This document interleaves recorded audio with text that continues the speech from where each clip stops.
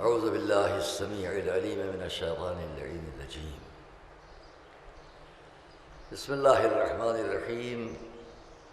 الحمد لله رب العالمين، والصلاة والسلام على النبي الأمي المكي المدني القرشي التامي الصادق الأمين الذي ختم به النبيين وأرسله رحمة للعالمين، البشير المسدد والنذير المؤيد والسيد الممجد أبي القاسم محمد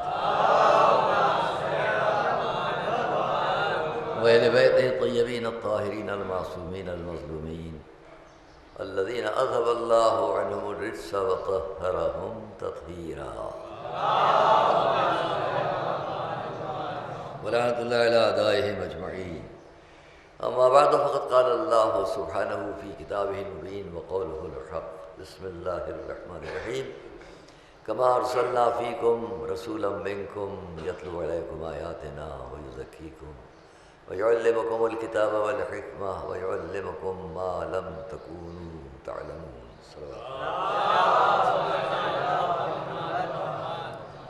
عزیزان گرامی، سورہ البقرہ کی 151ویں آیت اور اس کے فوراً بعد 152ویں آیت بہت چھوٹی سی ہے. فاذکرونی اذکرکم واشکروا لی ولا تکفرون. یہاں تو یہ کہا گیا جیسا کہ ہم نے رسول کو تمہارے درمیان بھیجا تو تم پر ہماری نشانیوں کی تلاوت کرتا ہے، تمہارے نفوس کو پاک کرتا ہے اور تم کو کتاب اور حکمت کی تعلیم دیتا ہے،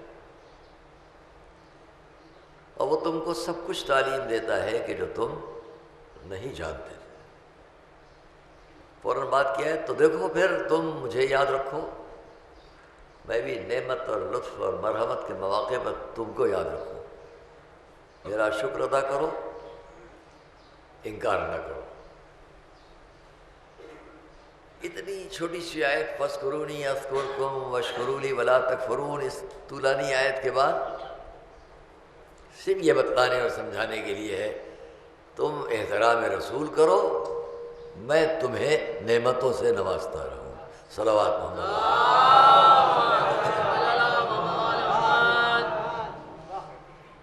اور پھر یہ بھی دیکھنا ہے کہ کتاب اور حکمت میرے نوجوان بچے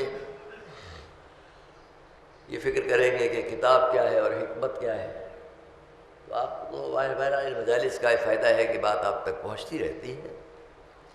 حکمت سے مراد یہ نہیں ہے طب، یہ طبی زندگی، حکیموں والی زندگی نہیں. قرآن کی اصطلاح میں جب لفظ حکمت آتا ہے وَمَن يُؤْتَ الْحِكْمَةَ فَقَدْ أُوتِيَ خَيْرًا كَثِيرًا، جس کو حکمت مل گئی اس کو خیر کثیر ملا. تو حکمت سے مراد یہ نہیں ہے شفا دینے والا علاج جسمانی شفا سے، بلکہ حکمت سے مراد قرآن کی اصطلاح میں تدبر، عقل، وژڈم، جن لفظوں میں آپ کہہ لیں. میں نے اچھے انگریزی دانوں سے اس کا مفہوم بیان کر کے پوچھا کہ میں حکمت کے لیے انگلش میں کیا کہوں. جب میں وہاں کہیں باہر جاتا ہوں تو ترجمہ مجھے اچھا لگا وژڈم، اس کو ہم اپنی اردو میں کہہ لیں تدبر اور عقل. یہ ایک الگ بات ہے کہ ہمارے اور آپ کے لیے قرآن کریم نے عقل پر بڑا زور دیا ہے، اور یہ مجمع جہاں جہاں بھی ہے، میں ایک بات کہہ دوں، جہاں جہاں بھی ہیں آپ سن رہے ہیں، دیکھیے بہت نازک زمانہ ہے. اچھا یہ بھی آپ یاد رکھیے کہ وہ پرانی مسل لکھنؤ میں ہے جو اور کسی زبان میں نے نہیں پائی. جتنی زبانوں کو میں جانتا ہوں ان میں تو یہ میں نے مثال نہیں پائی، ہو سکتا ہے وہ جاننے والے افراد کو بیان کر دیں. وہ ہے جو کے ساتھ، لکھنؤ کا فوراً کہہ دے گا جو کے ساتھ. ہم آپ کون جو کھا رہا ہے، چلیے گیہوں کے ساتھ کہہ لیں. اگر میں خالی لفظ گھن کہوں باہر والوں سمجھ ہی نہیں پائیں گے گھن کسے کہہ رہے ہیں، وہ سمجھیں گے ہم کو چڑھا رہے ہیں. ہم کہیں گھن، وہ کہیں گے کیا بول رہے ہیں مولانا صاحب، لیکن لکھنؤ سمجھ جائے گا گھن کسے کہیں گے، جو کے ساتھ گیہوں کے ساتھ گھن کا پس جانا. تو وہ میں اس لیے یاد دلا رہا ہوں، خدا کا شکر ہے کہ اس قوم کو نہ کوئی آج تک چھو سکا ہے نہ چھو سکے گا. بس ایک بات یاد رکھو، اتنی سی بات میرے بچوں اور نوجوانوں، دیکھو بہت سی باتیں ہمارے سامنے بھی کہہ لی جاتی ہیں، یہ نہیں اور وہ نہیں اور ایسا کیا ہو ویسا کیا. مگر میں ایک بات پوچھتا ہوں آپ سب لوگوں سے جو یہاں پر ہیں، میں اپنا ایک فیصلہ آپ کو سنا دوں، ایسا کرو. آپ مجھ سے محبت رکھتے ہیں، مجھ پہ اعتبار کرتے ہیں، مجھ پہ کانفیڈینس رکھتے ہیں، جو میں کہوں گا آپ سن لیں گے. اچھا بھی ٹھیک ہے. بعض باتیں ایسی جس میں آپ کو عقل استعمال کرنے کی بھی ضرورت نہیں، وہ آپ کی فطرت میں ہے. مثال دیتا ہوں، نیچر میں ہے، طبیعت میں ہے، مزاج میں ہے، خمیر میں ہے، فطرت میں ہے. وہاں مجھے آپ کو یہ بتانے کی ضرورت نہیں ہے ایسا کیوں کرو گے تم، ایسا کیوں نہیں کرو گے. بس میں اتنا آپ سے کہہ دوں، صلوات.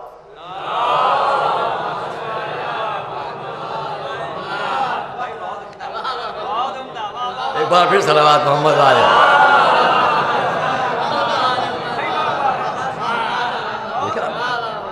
یہ ہے مزاج، یہ ہے نیچر، یہ ہے فطرت، یہ ہے خمیر اس مجمع کا،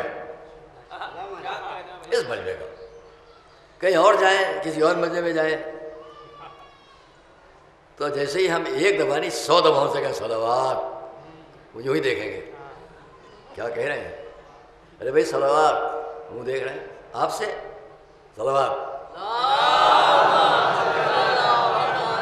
کچھ کہنے میں، مزاج میں، خمیر میں، طبیعت میں.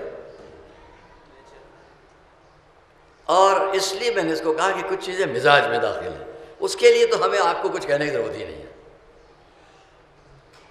ایک مرتبہ ہم نے اس مجمع کو، بہت زمانہ گزرا، 25-30 سال پہلے کی بات ہے، بڑے احتجاجات چلتے تھے اور بڑی باتیں ہوتی تھیں. وہ زمانے سب گئے، بڑی لڑائیاں لڑی اس عزاداری کے لیے. جہاں بھی میری آواز جاتی ہو، اس عزاداری کے لیے، اس کی بقا، اس کے قیام. کیونکہ عزاداری سے مراد، ہم اس وقت بھی بہت سی باتیں کہتے تھے، میں اس موضوع میں زیادہ بات نہیں کروں گا، باتیں بہت سی کہنا ہے، کہ ہم چھوٹے تھے، اتنے بھی چھوٹے نہیں تھے کہ ہم کو کوئی تھپک کے بٹھا دے، بیٹھ جائیے، ایسا بھی نہیں تھا. ہمارے بزرگ ہم کو ساتھ لے کر چلتے تھے. جہاں جائیں گے بھئی حسن کو بلاؤ. اگر ہم کسی بات پر ناراض ہو کے گھر بھی چلے گئے تو گھر سے آگے منا کے لے گئے، نہیں آپ چلیے. وہ زمانہ اس عزاداری کے فروغ اور بقا اور قیام کے لیے بڑے مشکلات کا زمانہ تھا. ایک چھوٹی سی بات بیان کر دیں، عزاداری کے سلسلے کا لطیفہ چھوٹا سا، بہت مزے کا ہے، یاد آ گیا ہے، جو بیچ میں جہاں سے بات یاد آ جائے بیان کر دیں. لکھنؤ سینٹرل جیل میں یا کون سی جیلوں میں ہم سب تھے، میں بھی تھا، ہمارے برادر بزرگ محترم مرحوم آقا شریعت جناب مولانا کلوی عابد صاحب قبلہ بھی تھے، ہمارے دوست محترم عزیز جناب فخر العلماء مولانا مرزا محمد عالم صاحب بھی تھے، ہمارے استاد جناب مولانا سعادت حسین خان صاحب بھی تھے. وہی ذرا بار بار گردن موڑنا پڑے گی، ادھر آ جائیے، تھوڑا سی جگہ دے دیجیے، ذرا سکندر بھائی تھوڑا سا ادھر جائیے، آ جانے دیجیے. ہم ایک لطیفہ بیان کریں، اس لیے آپ کو سامنے بڑھا، بہت مزے کی بات کریں. اور پیچھے ہٹ جائیے دس تو پھر بہت آپ کو نعمت ہوگی. تھوڑا اور پیچھے جائیے، تھوڑا اور پیچھے، گردن بہت اٹھانا پڑے گا. میں اس لیے وہاں نہیں بیٹھ رہا ہوں، سب کو گردن اٹھانا پڑا. تو وہاں جیل میں تھے، عزاداری کے فروغ اور عزاداری کے قیام اور بقا کی باتیں تھیں، لڑائیاں تھیں، رات دن ہنگامہ. اور ہمارے بزرگ جناب اشرف حسین صاحب، ان سے اور مصیبت ہوتی تھی، ان سے بات کر رہا ہوں. اللہ کے وہاں علم رکھ دیا، وہاں سامنے مسجد تھی پرانی ہے بھائی، یہاں سے وہاں تو یہی مجلس ہو رہی تھی، سب بھرا ہے مجمع. اب تو آپ لوگ ذرا دیر میں آتے ہیں، اس وقت بہت جلدی آتے تھے، ہم کو آنا مشکل ہوتا تھا یہاں تک. اب لوگوں کو شوق ہو گیا سڑک پر بیٹھ کے یہ بھی کرتے رہو، سمجھئے نا، اور سامنے بھی دیکھتے رہو. پتہ نہیں جو سامنے سواریاں گزر رہی ہوتی ہیں، گھوڑا، اب تو خیر گھوڑے وغیرہ کم ہی ہوتے ہیں، بسیں ہیں اور موٹریں ہیں اور رکشے والے ہیں. اور اب ماشاءاللہ ایک نیا رکشہ، بہت ایک نئی نسل رکشے کی شروع ہو گئی ہے، نئی نسل وہ شروع ہو گئی. اس کو صاحب بہت ذوق و شوق سے تو وہ بیٹھ کے دیکھ رہے ہوں گے سڑک پر کہ یہ کیا ہو رہا ہے کیا نہیں ہو رہا ہے. اس کان ادھر بھی لگے ہوں گے مولانا نے اب کیا بات کہہ دی. اب میں آپ سے ایک بات کہہ دوں, کل میں ایک ایسی بات یہاں پڑھوں گا انشاءاللہ اگر یاد رہ جائے کہ جس کا تعلق صرف دیکھنے سے ہوگا. تب میں دیکھتا ہوں کتنے لوگ اس کو دیکھنے کے لیے آئیں گے. صرف دیکھنے سے ہوگا, سننے سے نہیں ہوگا. اس کا مطلب وہ ایسی بات ہوگی فضائل مولا میں کہ صرف آپ جب دیکھیں گے تو محسوس کریں گے اور ویسے نہیں ہوگا, اور جب تک مجھے نہیں دیکھیں گے محسوس نہیں کر پائیں گے. چلیے ایک صلوات محمد علیہ. ہاں تو میں وہ بات بیچ میں جلدی سے کہہ دوں رہ نہ جائے کہ جیل میں ہم سب کے سب تھے. وہاں سعادت حسین صاحب قبلہ, برادر مرحوم جناب مولانا طاہر جرولی صاحب, جناب مولانا صالح صاحب قبلہ, اور مولانا ہمارے مرزا محمد عالم صاحب قبلہ, اور کون کون ہم لوگ سب تھے وہاں. اس میں عالم صاحب نے ہم سے یہ طے کیا, ہماں حمید بھائی, ہم لوگ یوں ہی بات کیا کرتے تھے آپس میں کہ وہاں عالم بھائی وہ کہتے تھے, وہاں حمید بھائی, وہاں اطہر بھائی, وہاں حمید بھائی, یہ سب چلتا تھا آپس میں. ابھی بھی وہی ہے. تو عالم صاحب نے کہا ہم سے, وہاں حمید بھائی ایک کام کریں, ہم کو کہا ذرا یہ قیدیوں کے تو سب ساتھ میں آتا ہے, یہ ذرا کچھ زیادہ کچھ گڑبڑے کر رہے ہیں ہر بات پر, یہ نہیں کھائیں گے وہ نہیں کریں گے, وہ جو ہوتا ہے. مولانا کلب عابد صاحب مرحوم نے ہم سے ایک بات کہی جو آپ کو ہم نقل کر رہے ہیں. بہت دلچسپی کی بات یہ بھی ہے, وہاں آپ لوگ, آپ حضرات, ہم لوگوں نے کچھ دے جاتے تھے, یہ کیلا, یہ سیب, یہ ڈبل روٹی, یہ بسکٹ. اس زمانے میں جو ہم نے جس چیز کا اشارہ دیا ہم بھی اس میں مبتلا تھے. اب تو خیر 4-5 سال سے بالکل نہیں, جی ہاں مبتلا تھے. تو 4 سال سے اللہ کا شکر ہے بالکل نہیں. یہ وہاں پر وہ بھی آتی تھی, اس کی تقسیم میں ہنگامے ہوتے تھے. بھائی اچھا اس میں ہوتا کیا تھا, صرف مقابلے بازی ہونا اور کچھ نہیں. وہ آئے, مولانا آپ نے ہم کو تو کیلا نہیں دیا, ان کو دیا. یقین فرمائیے, اور کوئی نہیں ہوتا تھا, آپ ہی لوگ ہوتے تھے. میں آپ ہی لوگوں کی بات کر رہا ہوں, اور کوئی نہیں ہوتا تھا. آپ سے براد ہمارے سب. وہ آئے, انہوں نے کہ جی مولانا آپ نے 2 سیب سب کو دیے, مجھ کو ایک ہی دیا. اور اس کو یوں نہیں کہہ دیا جاتا تھا, تیور سے کہا جاتا تھا. تو ذرا کچھ گڑبڑ بڑھنے لگی. تو میرا عالم صاحب نے ہم سے کہا, ہم آج ایسا کریں حمید بھائی, کوئی ایک کام ایسا کریں کچھ آپ لوگ کیجیے اور میں غصہ کروں. یہ بھی ہوتے تھے مذاق آپ سے, ہم غصہ کریں گے تو ان لوگوں کو سمجھ میں آ جائے گا کہ دوسروں کو بھی غصہ آتا ہے, یعنی ہم لوگوں کو بھی آتا ہے. مولانا کلب عابد صاحب علی اللہ مقامہ, کیا کہنا, اس قدر حلیم, اتنے اچھے نفیس مزاج کے کہ آج بھی جب یاد کرو تو. انہوں نے اپنے گھر سے چائے کے استکان منگوائے تھے, فنجان, استکان, اور ہم لوگوں سے کہا یہ میرے بڑے محبوب استکان ہیں, یہ میں عراق سے خود لے کر آیا تھا. وہ سنہرا کامن پر انہوں نے کہا یہ بھائی ہم آپ لوگوں کے لیے, چائے وہاں بن جاتی تھی, ہم لوگ پی لیتے تھے. ایک دور تھا, جیل میں سب ہو رہا ہے, 12-15 دن جیل میں تھے ہم. تو عالم صاحب نے کہا کہ ایسا کریں کہ جب مولانا کلب عابد صاحب قبلہ ہم لوگوں کو لیے چائے بنوائیں گے, اس کا چائے جب ہمارے سامنے لائی جائے تو ہم غصے میں کہ ہمیں نہیں پینا ہے. تو آپ لوگ خوشامد کیجیے گا, بھائی پی لیجیے, بھائی پی لیجیے, ربھی لے لیجیے, آپ بھی, ہم بھی نہیں پئیں گے, اور ہم یہ کہنے ہمیں نہیں پینا ہے. آپ دیکھ رہے ہیں سارے مومنین کا کیا حال ہو رہا ہے, تو کچھ ٹھیک ہو جائے گا ماحول. اچھا بھائی ٹھیک ہے. اب سب بیٹھے تھے, وقت آ گیا کہ وہ کشتی میں وہ چائے کے استکان سب رکھ کے 12-15-18 استکان تو لا کے پیش کیے گئے, اور مولانا کلب عابد صاحب قبلہ کے سامنے رکھ دیا گیا. اور انہوں نے اس کو کہا ہاں بھائی آپ بھی آئیے, آپ بھی آئیے. وہ کشتی اٹھائی گئی, اور اٹھا کے سب سے پہلے مولانا عالم صاحب کے پاس, بسم اللہ, آپ ہمیں نہیں پینا. ارے پی لیجیے. انہوں نے ہاتھ جو مارا سارے استکان ہو گئے. وہ یہ بھول گئے کہ استکان توڑنے کی نہیں تھی بات, خالی غصے کی بات تھی. ہمارا کلب عابد صاحب مرحوم کا کہنا, ارے یہ کیا کیا, میں اتنی محنت سے وہاں سے لایا تھا, ایسا بھی غصہ کیا تھا, میرے سارے استکان توڑ ڈالے. یہ سب بھی ہوتا ہے, ہوتا تھا. میں اس لیے کہ بھائی ہاں ٹھیک ہے, ایک بات کہنے کی ہو جاتی ہے, ایک فطرت ہوتی ہے, ایک مزاج ہوتا ہے, غصہ ہوتا ہے, لیکن دکھاوے کی باتیں بعض وقت ہوتی ہیں. نیچر اور فطرت اور مزاج میں کیا چیز ہے, یہ سب عقل کیا کہتی ہے, یہ بات الگ ہے. ہماری اس قوم کے پاس بنیادی طور پر, بیسک, اساسی, بنیادی, جن لفظوں میں آپ کہہ لو, بنیادی طور پر ہماری اور اس قوم کے پاس جس شے پر بہت بھروسہ ہے وہ ہے عقل. صلوات بھیجو درس کرو.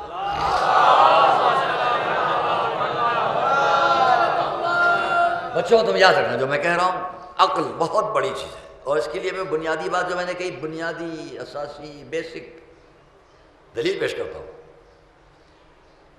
تمام اور لوگوں میں طنز نہیں کرتا، لیکن مختلف مسلک والوں کے پاس جو ان کی مذہبی بنیادی حدیث کی کتابیں ہیں،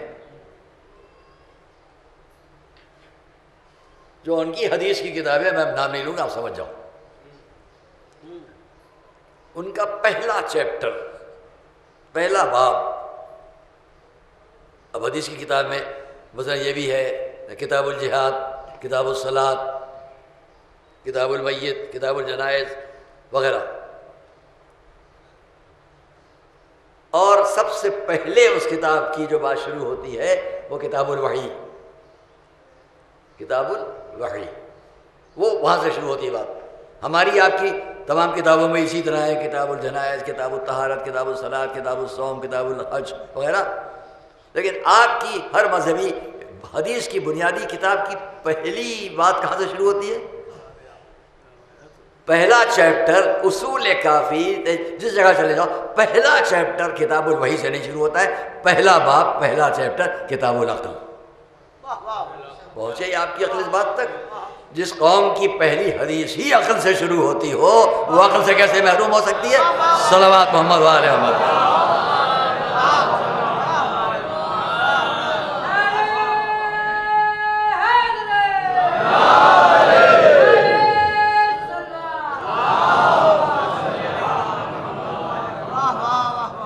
کاش ہم اس پر نظر رکھیں، کیونکہ ہمارے بہت سے لوگ علم علم علم کی بات بہت کرتے ہیں. کہ میں آپ سے یہی کہہ دوں شروع میں، علم بھی اس کے بغیر تو نہیں ہوگا.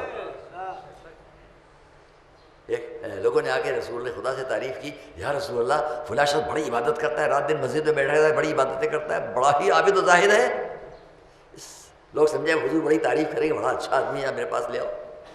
حضور نے پہلا سوال یہ فرمایا، کیف عقل، اس کی عقل کیسی ہے؟ سمجھے آپ؟ پہلی بات ہے عقل. تو اگر کتاب اور حکمت سے میں نے آپ سے بات شروع کی، جگہ جگہ جب بات آ رہی ہے، کتاب علم ہے، حکمت عقل ہے. پہلے علم کی بات آئی، پھر عقل کی بات آئی. علم تو پیش ہوگا، عقل تو استعمال کرو، جبھی تو عقل کے ساتھ علم بھی آگے بڑھے گا. صلوات محمد وآل محمد.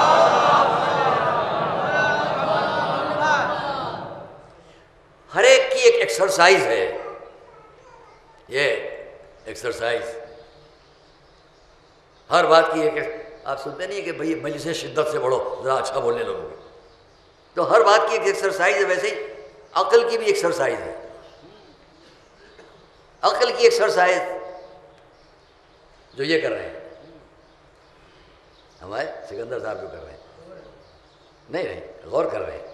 عقل کی ایکسرسائز ہے تفکر، غور کرنا. صلوات محمد علیہ وسلم. ہم دیکھتے رہتے ہیں کہاں کیا ہو رہا ہے. تو آئیے، عقل کی ایکسرسائز تفکر، غور کرنا. جتنا غور کی عادت ڈالو گے اتنا ہی عقل کی طاقت بڑھے گی. اور بغیر غور و فکر کے جس نے بھی کہہ دیا تو عقل تو ہے، لیکن جس نے جو کہہ دیا ہم اپنی عقل لے کے اس کے پیچھے بھاگنا شروع کر دیں گے. جس نے جہاں بلا لیا، جہاں دوڑا دیا، ہم اس کے ساتھ ساتھ اپنی عقل کے استعمال کے بغیر، عقل ہے، بھاگنا شروع کر دیں گے. لیکن اگر تفکر بھی ساتھ میں ہے تو قدم رکے گا. بات سمجھ میں آ رہی ہے؟ پہ ایک صلوات پڑھو محمد علیہ محمد. اور اسی لیے حدیث ہے تفکر ساعۃ خیر من عبادت سنۃ، 1 گھنٹے کا غور و فکر 1 سال کی عبادت سے اچھا ہے. عبادت چھوڑو نہیں، مگر وہ عبادت کرو جو، تو 1 گھنٹے کا غور و فکر کسی نے عادت ڈال کے عبادت کر لی تو اس کی عبادت اس سے لاکھ درجے بہتر ہے جو 60 سال تک کر رہے ہیں. تفکر ساعۃ خیر من عبادت سنتین، 1 گھنٹے کا غور و فکر 2 سال کی عبادت سے. تفکر ساعۃ خیر من عبادت ستین سنہ، 1 گھنٹے کا غور و فکر 60 سال کی عبادت سے بہتر ہے. یہ 1 سال 2 سال 60 سال کیوں ہوئے؟ بات تو ایک ہی ہے. 1 گھنٹے کا غور و فکر 1 سال کی عبادت سے بہتر، 1 گھنٹے کا غور و فکر 2 سال کی عبادت سے بہتر، 1 گھنٹے کا غور و فکر 60 سال کی عبادت سے بہتر. یہ فرق کیوں ہو گیا؟ فرق صرف اس لیے ہوا کہ جو جتنا زیادہ تفکر کرتا جائے گا اتنا ہی اس کی عقل میں اضافہ ہوتا چلا جائے گا، ثواب میں اضافہ ہوتا جائے گا.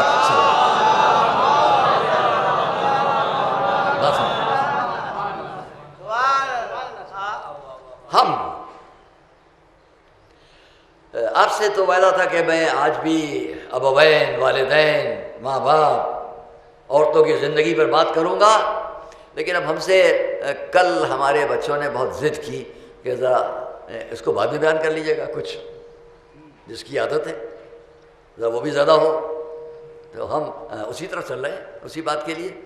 اور اتنا تو کہہ دیں آپ سے کہ جب میں نے آپ سے کچھ وعدے کیے ہیں تو بات تو بہت کم رہ گئی۔ آج 5، 6، 7، آج رات کو ای ٹی وی کی بھی شاید 11 بجے مجلس ہماری ہوگی، اس پہ بھی ہم نے انہیں باتوں کو کہا ہے۔ اگر ہم یہ دیکھیں کہ جو ہم نے چند وعدے آپ سے کیے تھے، کوشش کریں کہ اب کل و پرسوں نرسوں میں ان کو پورا کر لے جائے۔ بعض بچوں کی خواہش ہے کہ ہم تھوڑا جنگ خیبر پر پڑھیں۔ میں نے آپ سے ایک وعدہ کیا ہے کہ قرآن کریم میں مولا علی کا نام کیسے، کس طرح اس کو پڑھوں گا۔ اگر ہم اس مجمع سے پوچھیں کہ یہ بتلائیے کہ کل ہم کس پر پڑھیں، آیا کل یا پرسوں خیبر پڑھیں نہ پڑھیں، جنگ خیبر پر پڑھا جائے اور یا صرف ہم جس طرح پڑھ رہے ہیں ابھی تک ویسے پڑھیں۔ ان میں سے اگر ہم آپ سے سوال کریں تو ذرا مشکل پڑ جائے گی لوگوں کو کہ کیا جواب دیں۔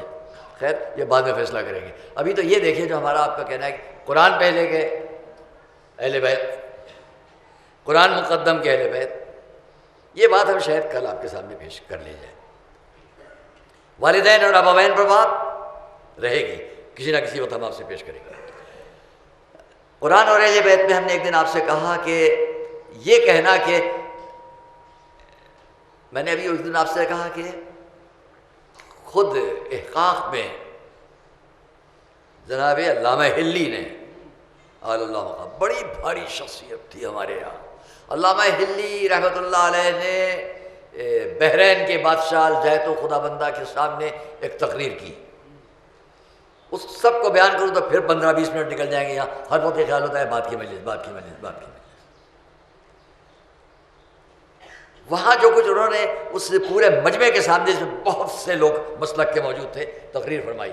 دین کیا ہے، توحید سے لے کر حشر و نشر تک کی ساری بات اس ایک تقریر میں ہے۔ اس کا جواب ایک دشمن اہل بیت جس کو فضل ابن روزبہان ناصبی کہا جاتا ہے اس نے دیا۔ زمانہ گزرنے کے بعد اس نے علامہ حلی کی اس تقریر کے اوپر اب اعتراضات شروع کیے، یہ غلط، یہ صحیح، وہ غلط، وہ صحیح۔ اس بات کا زمانہ گزرنے کے بعد کس نے جواب دیا؟ عجب انداز ہے، جس لہجے میں جس جگہ فضل ابن روزبہان نے علامہ حلی کے لیے زبان استعمال کی، وہ زبان نقل نہیں کروں گا، بیہودہ، غیر مہذب، جس لہجے میں اس نے علامہ نے یہ غلط کہا، علامہ حلی نے یہ بات غلط کہی، اسی لہجے میں حضرت شہید نے جب اس کتاب کو لکھا تو علامہ کی بات کی تائید میں اور فضل کی تردید میں آپ نے اسی لہجے میں یہاں پر یہ ملون کیا کہہ رہا ہے، یہاں پر یہ بکواس کیا کر رہا ہے، یہاں پر یہ کیا کہہ رہا ہے، صلوات محمد والے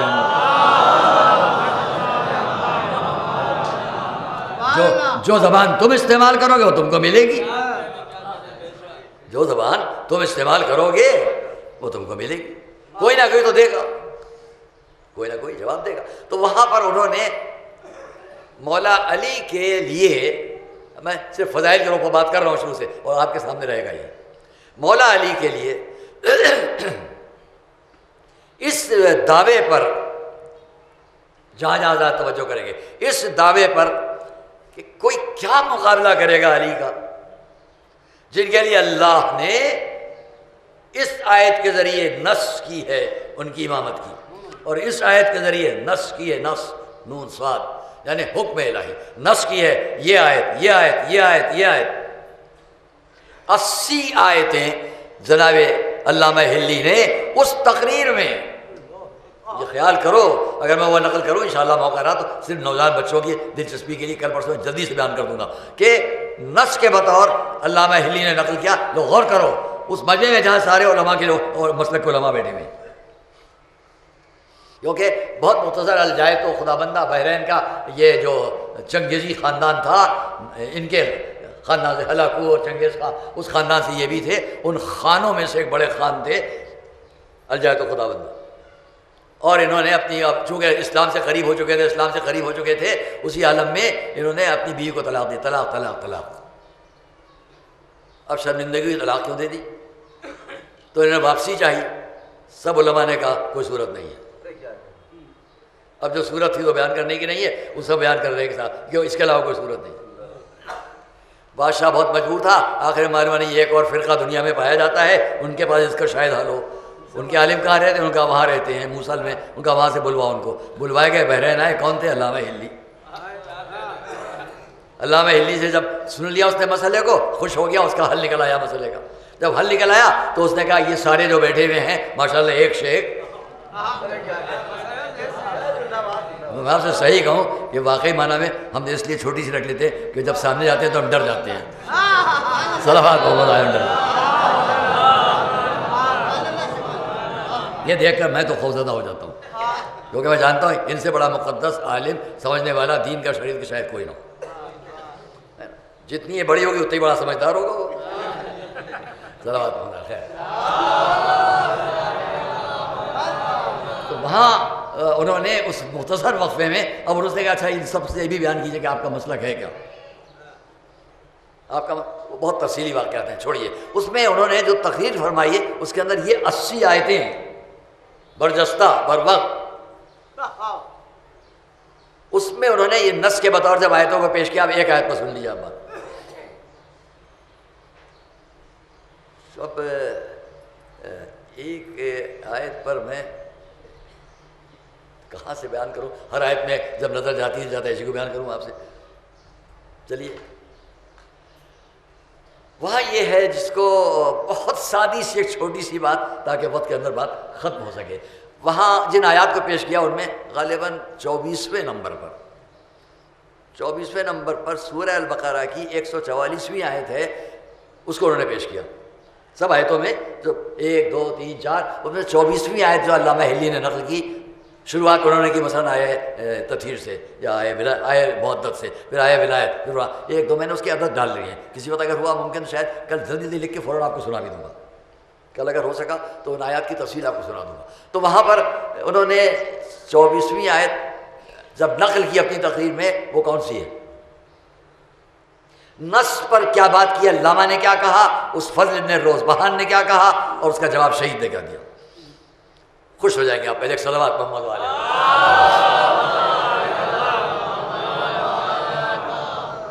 اور میں اپنے وعدے کو پورا کروں گا کہ آج میں آپ کے سامنے ایک ایسی بات بیان کروں گا جو میں نے کچھ کہا ہے نا 2-3 دن تک سادات و سید, اس پر بھی ایک بات آج سنا دوں گا.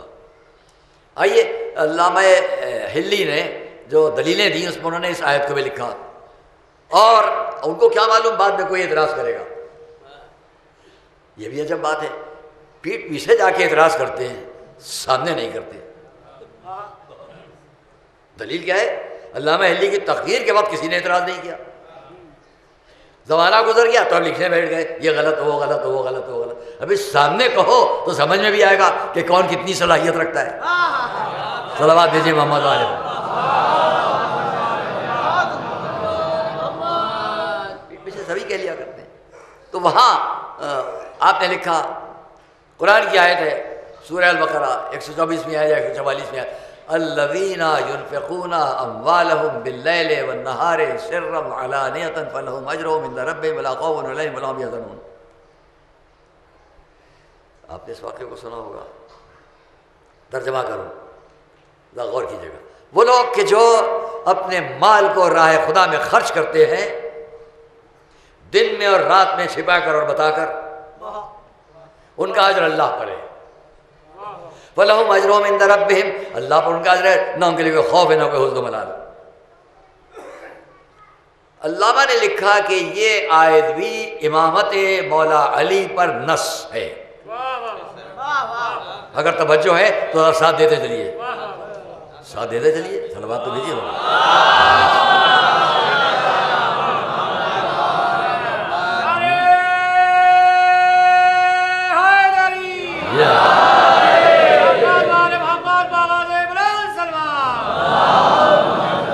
وہ ایک جملہ ہے، جملہ شہید کا ہے، میرا نہیں ہے. شہید کا جملہ ہے، ابھی نقل کروں گا آپ خوش ہو جائیں گے. علامہ نے کیا لکھا؟ علامہ ہلی نے. میں نے ایک مرتبہ اسی مدرسے کی مجلس میں بہت زمانہ گزرا، غالباً میرا خیال ہے کہ 46-47 سال ہوتے ہوں گے، کہ جب سرکار مفتی اعظم کا انتقال ہوا تو مجھ سے یہاں پر 40ویں پڑھنے کے لیے کہا گیا. ہمارے دادا تھے، سامنے آپ کے ان کا فوٹو ہے، اور اس مدرسے کے ان افراد میں جن کی وجہ سے یہ مدرسہ زندہ ہے اور باقی ہے، اور جن کو مفتی اعظم ہند کہا جاتا تھا وہی احترام ہوتا.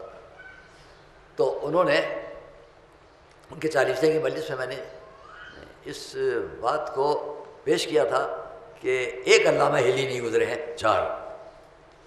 تو پھر کبھی آپ کے سامنے اس مجلس میں ہم نے پڑھا تھا اس کو، ایک سلسلہ پورے علماء کا ہم نے پیش کیا. علامہ ہلی نے کیا لکھا، بہت توجہ کرنا، بس بات جلدی تمام کروں، آپ کے ذہنوں تک بات ادھر ادھر نہ ہونے پائے. انہوں نے اس آیت کو پیش کر کے جو لوگ دن میں اور رات میں صبح اور چھپا کر بتا کر، تو انہوں نے لکھا کہ جب رسول خدا نے بلا کر علی سے پوچھا تم نے کیا کیا ہے، میرے آپ کے مولا علی سے پوچھا آپ نے کیا کیا، کیا رسول اللہ کچھ نہیں، اتنا تھا میرے پاس مال دنیا سے صرف 4 درہم تھے، میں نے 1 درہم دن میں 1 رات میں 1 بتا کر 1 چھپا کر تقسیم کر دیا. کہا تم نے یہ عمل کیا، اللہ کو اتنا پسند آ گیا کہ یہ آیت آئی ہے. صلوات محمد علیہ محمد.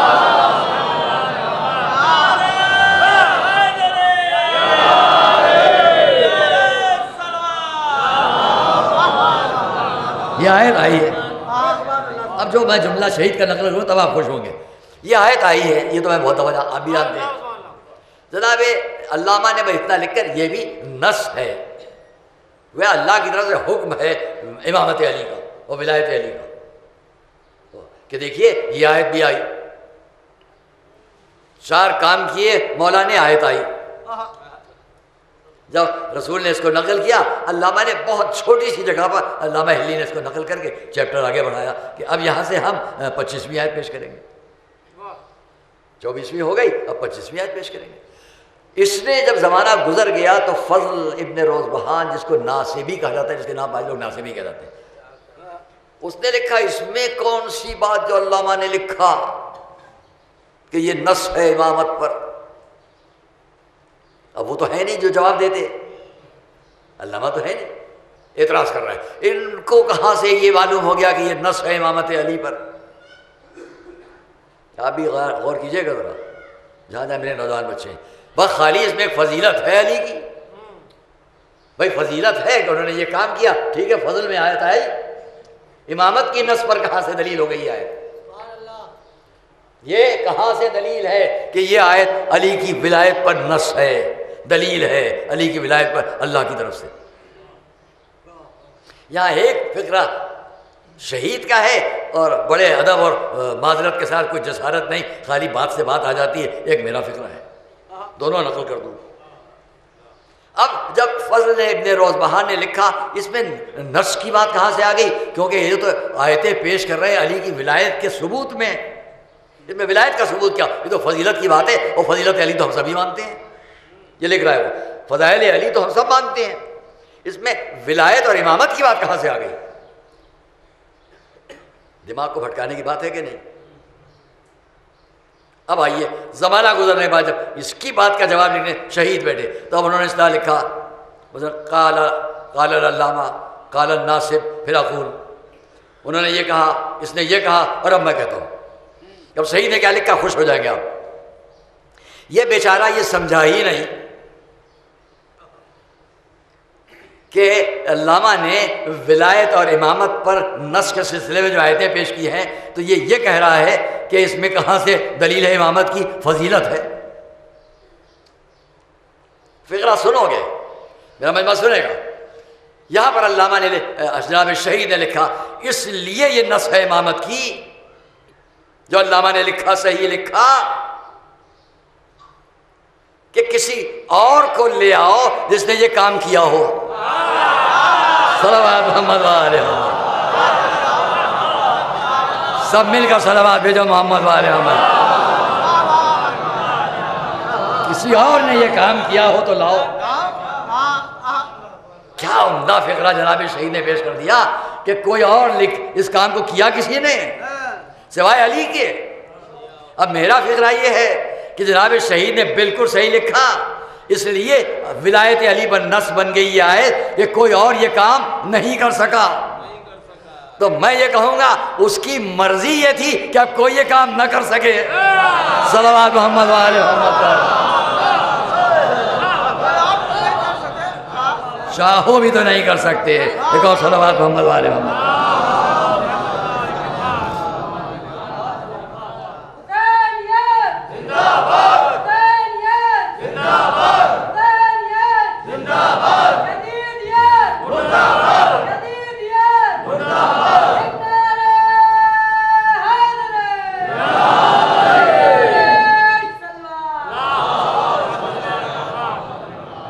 اسی وقت کا خیال رکھتے ہوئے آپ کے سامنے میں یہی سے سلسلہ اور بہت سا پیش کرتا ہے اسی راستے پر، لیکن ایک بات بڑی یونیک ہے، الگ سے ہے، وہ پیش کرنا چاہتا ہوں، جو پہلی بار میں بھی پڑھ رہا ہوں اور پہلی بار میرے مطالعے میں آئی۔ وہ تو میں نے عرض کر دیا کہ ادھر سے روک دیا گیا، ادھر سے روک دیا گیا، یہ ہے اس کا انتظام کہ تم پڑھنا بھی چاہو تب نہیں پڑھ سکتے۔ جب اس کو فضیلت علی کو نمایاں کرنا ہوتا ہے تو جتنے حاسدین ان سب کو پیچھے ہٹا دیا جاتا ہے۔ صلوات محمد والے ہوں، اب تو ہو گیا ایک اور صلوات محمد والے ہوں۔ اب یہاں پر ہم آپ سے ہم نے 2 دن تک کچھ سیادت اور سید اور غیر سید پر بات کی تھی۔ ہم یہاں پر ایک یونیک واقعہ آپ کے سامنے، ایک بڑا اچھوتا انوکھا واقعہ پیش کرنے جا رہے ہیں جو ذہنوں میں رہ جائے، اور بڑا عجیب ہے یہ واقعہ۔ شاید میں سمجھتا ہوں کہ میں نے جو 2-1 دن باتیں کہی ہیں تو اس میں کچھ میرے خیالات کو اور تھوڑا سا درست کر دینے کے لیے، ترمیم کر دینے کے لیے، ٹھیک کر دینے کے لیے یہ واقعہ اچانک میری نظروں کے سامنے لے آیا گیا، اور کسی اور دن کا نہیں ہے، آج ہی کا ہے۔ میں اپنے بچوں اور نوجوانوں سے بتاؤں کہ میں آپ تک جب آتا ہوں تو یوں ہی نہیں آ جاتا ہوں، یوں ہی نہیں آ جاتا، دیکھتا ہوں کیا آپ کے سامنے کیا کہہ سکوں، کوئی اچھی بات پیش کر لے جاؤں اپنے بچوں اور بچیوں کے سامنے، کیا ان کو یاد رہے۔ تو آج ہی کا واقعہ ہے جو آج ہی میں نے کتاب میں دیکھا ہے، اب کتاب کا حوالہ نہیں دوں گا، وہ بچا لوں گا اپنے لیے، وہ اپنے لیے ہم نے بچا لیا، آپ لوگ بعد میں پوچھے گا بتا دیں گے۔ کتاب میں ہم نے یہ دیکھا کہ ایک شخص تھا، اس کا نام تھا ابو جعفر، بڑا دلچسپ، ابو جعفر۔ ابو جعفر کا کام یہ تھا، بڑا دلچسپ ہے غور کرنا، ابو جعفر کا کام یہ تھا کہ اولاد مولا علی سے جب لوگ ضرورت مند اس تک آتے تھے تو وہ لوگوں کے لیے خیر خیرات بطور قرض سامان ضرورت کی چیزیں دیتا رہتا۔ کوئی بھی گیا ہمیں یہ ضرورت ہے، دے دیا، نام لکھ لیا، حساب لکھ لیا، کب واپس کرو گے پوچھ لیا، لکھ دیا۔ رجسٹر اس کام کا مہیا نہیں، رجسٹر پر یہ گئے ہم کو اتنا گیہوں چاہیے دے دو، وہ گئے ہمیں اتنا گھی چاہیے دے دو، وہ گئے ہمیں اتنا تیل چاہیے دے دو، وہ گئے ہمیں اتنی چادریں چاہیے دے دو۔ ایک بڑا تاجر تھا، یہ کرتا تھا، لیکن اس کا ایک خاص طریقہ یہ تھا کہ جب کوئی اولاد مولا علی سے جاتا تھا سادات میں تو جو وہ طلب کرتا تھا، مجھے 5 روپے چاہیے، 50 روپے چاہیے، 100 روپے چاہیے ہیں، اتنا گیہوں چاہیے، اپنے نوکر سے کہتا تھا دے دو۔ رجسٹر پر اب یہ جملہ آپ نے آج تک نہ پڑھا ہوگا نہ سنا ہوگا جو میں کہنے جا رہا ہوں، اگر یہ واقعہ جس نے پڑھا ہے وہ تو سمجھ لے گا۔ اپنے نوکر سے کہتا تھا یہ سید ہے، مثلا 100 روپے مانگے اس نے، دے دو۔ رجسٹر پر لکھ دو جا کے علی کے حساب میں، صلوات محمد علیہ وسلم۔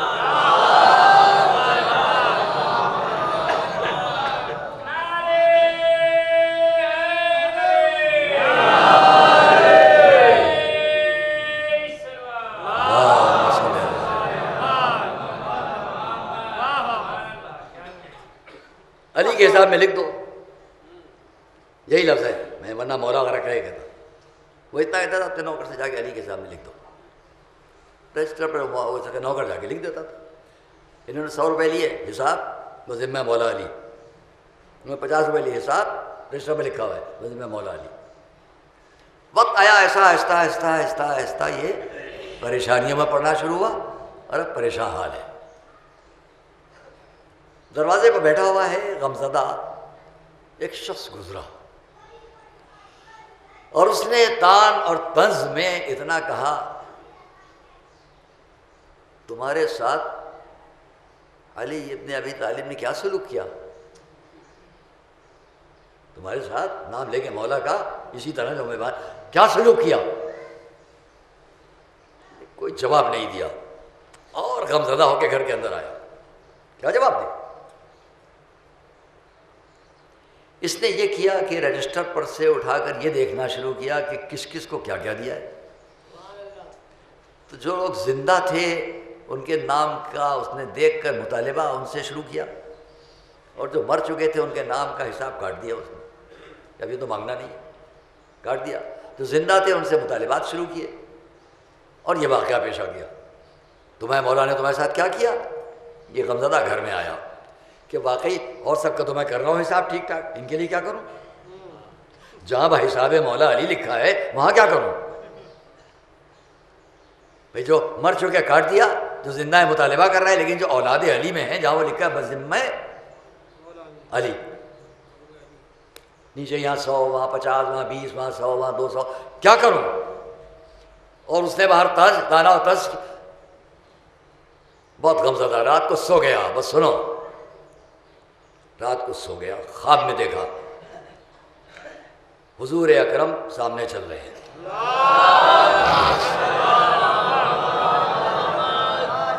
علی چل رہے ہیں، وہی رسول خدا چل رہے ہیں، سامنے سامنے امام حسن امام حسین چل رہے ہیں. حضور نے آواز دی اپنے نواسوں کو، امام حسن امام حسین کو، تمہارے بابا کہاں ہیں؟ میں لفظ بلفظ نقل کر رہا ہوں روایت. تمہارے بابا کہاں ہیں؟ قبل اس کے کہ وہ جواب دیں پشت کی طرف سے آواز آئی، یا رسول اللہ میں موجود ہوں. علی ہے. فرمایا تم نے اس شخص کا حساب نہیں دیا؟ غور کرو، تم نے یا علی اس شخص کا حساب نہیں دیا؟ جواب دیا، یا رسول اللہ لے آیا ہوں دے رہا ہوں، لے آیا ہوں دے رہا ہوں.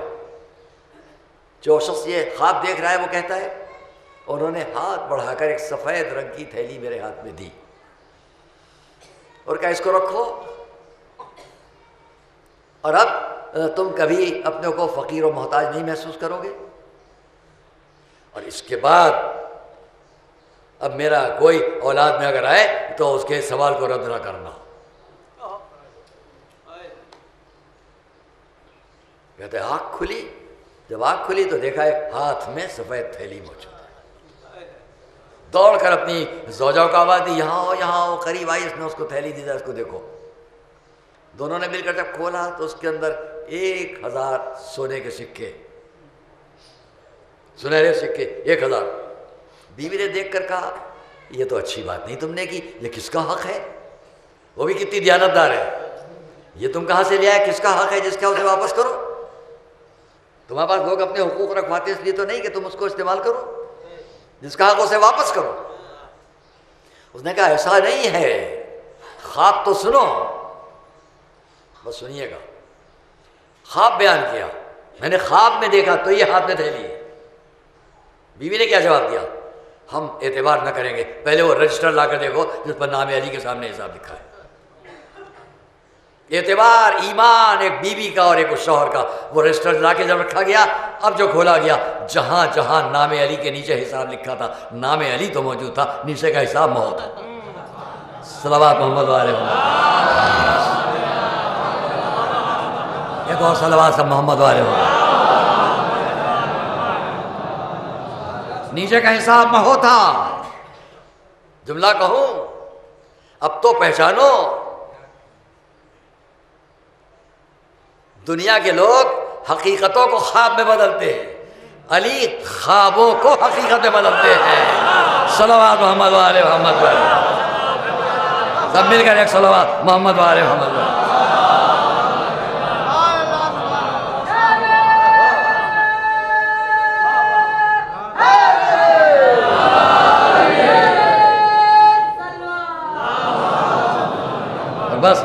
وقت کا خیال کرتے ہوئے ایک فقرہ اور کہہ دوں اسی سے متعلق، کہنا تو بہت کچھ تھا، یہ بھی تو غور کرو ہوا کیا۔ اب جو رجسٹر پر دیکھا تو نام علی تو موجود ہے، اب جو ذمے تھا وہ تو دے دیا نا رات میں، وہ حساب محو کر دیا۔ یہ کس نے محو کیا؟ میرا آپ سے سوال ہے، ان عقلوں سے، ان ذہنوں سے اس کا رجسٹر پہ یہ حساب کس نے محو کیا، کس نے مٹایا، کس نے صاف کیا؟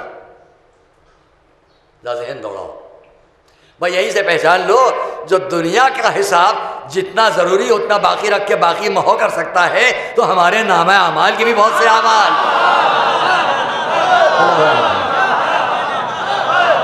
صلوات محمد وآل محمد۔ اب نہ تعجب کرنا کہ وہاں نام اعمال کیوں محو ہوگا۔ اگر سچی محبت میں زندگی گزاری ساتھ دیں گے، اور اس لیے رسول کا قول ہے، حبی وحب اہل بیتی نافع فی سبعۃ مواطن احوالہن عظیمہ۔ میری محبت، رسول فرما رہے ہیں، میری محبت، میرے اہل بیت کی محبت 7 موقعوں پر نفع دینے والی ہے۔ احوالہن یہ بڑی حوص سے نہیں ہے، ہول، خوف، جن مواقع کا خوف بہت بڑا ہے، احوالہن عظیمہ، ان مواقع کا ہول، خوف بہت بڑا ہے، ان 7 موقعوں پر میری محبت، رسول فرما رہے، رسول میری محبت، میرے اہل بیت کی محبت نافع، نفع دینے والی ہے۔ کون سے مواقع فرما رہے؟ عند الوفات، موت کے وقت بستر نزا پر ہے، بڑا خوف، بڑا ہول، یہ محبت فائدہ دے گی عند الوفات۔ وفی القبر، قبر میں جہاں کا خوف بہت بڑا ہے، یہ محبت فائدہ دے گی۔ عند النشور، جب قبر سے اٹھے گا، سخت وقت ہے۔ عند الکتاب، جب ہاتھوں میں کتاب دی جائے گی، کیا ہے کیا نہیں ہے، یہ محبت فائدہ دے گی۔ عند الحساب، جب حساب کا وقت آئے گا، وعند المیزان، جب میزان پر اعمال تولنے کا وقت آئے گا، وعند الصراط، جب صراط سے گزرنے کا وقت آئے گا۔ صلوات محمد وآل محمد۔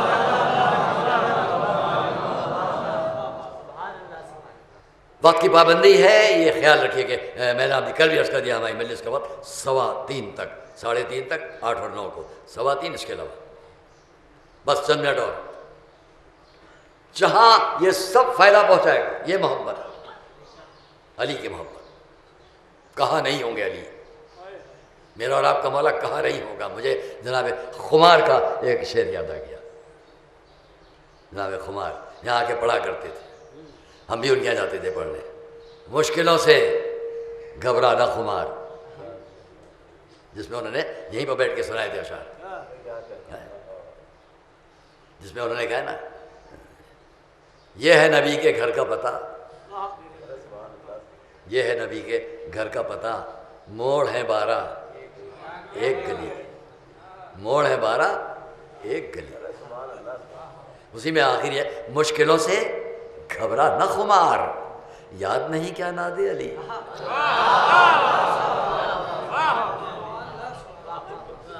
یاد نہیں کیا ناد علی۔ اور اس لیے یہ سارے مواقع آسانی سے گزریں گے، ہر موقع آسانی سے گزرے گا۔ دوستو عزیزو، ذرا خیال کرو کہ سفر آخرت کا طولانی ہے، تو انتظامات سفر بھی چاہنے والوں کے لیے مہیا ہے۔ اس سفر پر مجھے پہلی تاریخ میں نے آپ کے سامنے ایک سفر کی بات سنائی تھی، آج بھی آپ کو اسی شہزادی کے ایک سفر کی بات اور یاد دلاؤں۔ وہ کون؟ ہماری اور آپ کی شہزادی زینب۔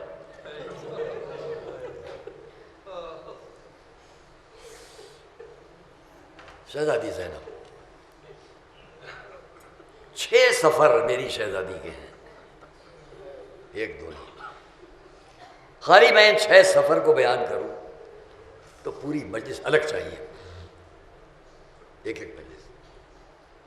ان 6 سفر میں آپ کا ذہن گیا کدھر کدھر؟ شہزادی کا سفر ہے، میری اور آپ کی شہزادی زینب۔ تاریخ میں ہے کہ جب عقد کا موقع آیا میری شہزادی کے، نکاح اور شادی کا موقع آیا، تو آپ کے دل پر چوٹ لگے گی۔ شہزادی زینب نے اپنے بابا سے یہ گزارش کی کہ میری طرف سے نکاح کی رضامندی میں ایک شرط۔ عبداللہ ابن جعفر سے مولا علی نے اپنی بیٹی کی طرف سے بیان کیا، اے عبداللہ، میری بیٹی کی تم سے نکاح کے سلسلے میں ایک شرط ہے۔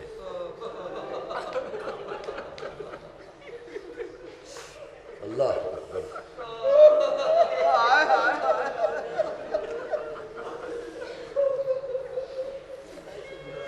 میری بیٹی کی تم سے نکاح کے سلسلے میں ایک شرط ہے۔ کون؟ آقا کہہ رہے، علی کہہ رہے، چچا کہہ رہے، مولا کہہ رہے ہیں، اس کے بغیر بھی عبداللہ کو جو حکم ملتا منظور کرتے، لیکن اس لیے کہ قیامت تک یہ بات تو باقی رہ جائے، یہ بات باقی رہ جائے۔ اے عبداللہ، بہت سخی تھے حضرت عبداللہ ابن جعفر، اسخل عرب میں شمار ہوتے تھے، ان کے واقعات الگ ہیں، پھر کسی وقت بیان کریں گے آپ سے۔ اسخل عرب، 3 عرب میں بڑے سخی لوگ گزرے، ان میں سے ایک حضرت عبداللہ ابن جعفر۔ ہاں کیا ہے مولا؟ چچا آئے ہیں۔ اے عبداللہ، میری بیٹی زینب کی نکاح کے سلسلے میں ایک شرط ہے، وہ چاہتی ہیں ایک شرط، ایک مطالبہ ہے۔ کیا حکم ہے؟ ان کا مطالبہ یہ ہے کہ جب کبھی وہ اپنے بھائی حسین کے ساتھ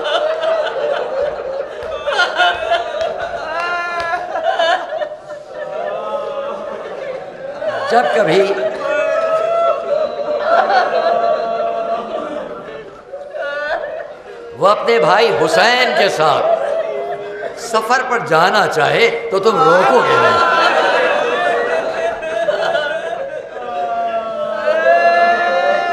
مصائب یہی ہو گئے۔ میرا محترم مجمع، آپ مصاب ہو لیے۔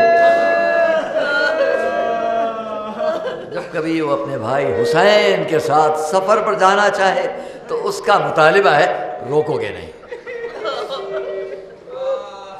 کتنی محبت ہے حسین سے، بھائی سے۔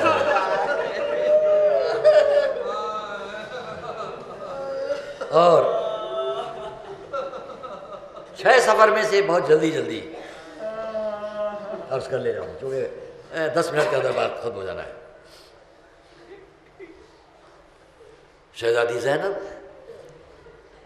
ایک وقت وہ تھا کہ مدینے میں مولا علی نے فیصلہ لیا کہ کوفے چلنا ہے۔ یہ پہلا سفر ہے زینب کا، 6 سفر میں یہ پہلا سفر ہے۔ مدینے سے، یہاں پر مورخین نے جو لکھا ہے، کیسے عرض کروں کہ مدینے سے جب کوفے کی طرف شہزادی زینب کو لے کر چلے ہیں، اب اس قافلے میں سب ہے، علی نے مدینہ چھوڑا، کوفہ اختیار کیا۔ بعد رسول جب کوفے کو اختیار کیا اور کوفے کی طرف چلے تو آپ اندازہ نہیں کر سکتے ہیں، جہاں پر مورخین نے جس طرح لکھا ہے کہ کس شان سے شہزادی زینب کی سواری مدینے سے کوفے تک آئی۔ آپ لوگ وہ تو سنتے ہیں کہ مدینے سے چلی کربلا و کوفہ، تو شان تو سنتے ہیں، لیکن خود مدینے سے جب کوفے آئی، وہ منظر یہ ہے کہ اگر کہیں پر بھی زینب کی سواری اترتی تھی تو چاروں طرف بنی ہاشم کے جوان تلواریں لے کر حصار کے رہتے، کوئی جھلک نہ دیکھنے پائے اس کے۔ کمسنی اور کوفہ دونوں کا ایک منظر پیش کر دو۔ جب مدینے میں چھوٹی سی ہیں، اگر کبھی کہہ دیں بابا نانا کے رسول کے روضے کی طرف جانا چاہتی ہوں، تو علی اس شان سے لے چلتے تھے، کوئی جذباتیت نہیں ہے، تاریخ کے الفاظ ہیں، اس شان سے لے چلتے تھے، ایک طرف حسن ایک طرف حسین، خود ساتھ ساتھ، اور جب روزہ قریب آ جاتا تھا تو فرماتے تھے ہمیں کبھی امام حسن سے، کبھی خود یہ چراغ جو جل رہا ہے روضہ رسول پر، اسے بجھا دو، اسے خاموش کر دو، ایسا نہ ہو کوئی اجنبی آیا ہو اور اس کی نظر زینب پر پڑ جائے۔ اور اس لیے شہزادی زینب جب پہلا سفر مدینے سے کوفے آئی، کوفے میں یہاں پر تاریخ کا فکر ہے 5 سال 5 سال تک زینب کیا دیکھ رہی ہے؟ دوستو عزیزو، اب کوفے میں زینب کس کی بیٹی ہے؟ جس کے زیر اقتدار ساری دنیا ہے. یہ فوج آ رہی ہے، وہ لشکر آ رہا ہے، اس کو وہاں بھیجا جا رہا ہے، اس کو رخصت کیا جا رہا ہے، یہ فلاں جگہ سے بڑا بھاری سفیر آیا ہے، فلاں امیر، یہ سب آمد و رفت جو ہو رہی ہے، اس پوری شان و شوکت کی پل پل کی خبر زینب کو مل رہی ہے. کہاں؟ کوفے میں. کوفے میں میری اور آپ کی شہزادی زینب یہ سارے مناظر دیکھ رہی ہیں. لیکن اس کے بعد مورخ لکھتا ہے کہ یہیں پر زینب نے وہ درسگاہ قائم کر لی تھی. کسی کو تاریخ کا سبق، کسی کو تفسیر کا سبق، کسی کو فقہ کا سبق. کوفے میں گھر کے اندر زینب ایک تعلیم گاہ، ایک درسگاہ چلا رہی ہیں. کوفے کی عورتیں آ رہی ہیں، فائدے اٹھا رہی ہیں. خیال تو کرو کہ پھر وہ وقت بھی آیا کہ زینب نے یہ دیکھا کہ اب کوفہ رہنے کے قابل نہیں رہ گیا. بابا کا سایہ سر سے اٹھا. امام حسن نے سب کو حکم دیا اپنا سامان سفر درست کرو، اور 6 مہینے کے اندر اندر کوفہ چھوڑ کر شہزادہ حسن کوفے سے مدینے آ گئے. اب یہ زینب کا دوسرا سفر ہے. پہلا مدینے سے کوفے، دوسرا کوفے سے پھر مدینہ، اب تیسرا سفر تو آپ جانتے ہو. جب مدینے سے امام حسین مکے کی طرف چلے تو یہ زینب کا چوتھا سفر. پہلا مدینے سے کوفہ، دوسرا کوفے سے مدینہ، تیسرا مدینے سے مکہ، چوتھا کیا ہے؟ مکے سے کربلا، اور پانچواں کیا ہے؟ بھائی انہی پہ بات ختم کر لوں. پانچواں کیا ہے؟ جو کبھی مدینے سے کوفے چلی تو اس شام سے چلی، اور جب وہ کربلا سے چلی اب شام کی طرف تو کیا یاد دلاؤ، آئی زینب اور فرات کے کنارے کھڑی ہو گئی اور رخ کیا مدینے کا. آواز دی بھیا عباس.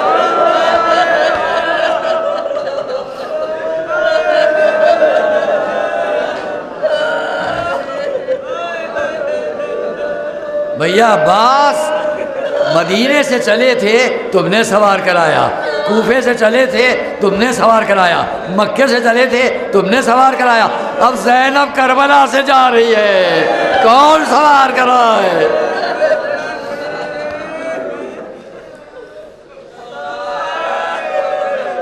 اور اب چھٹا سفر بھی بیان کر دوں، آخری سفر.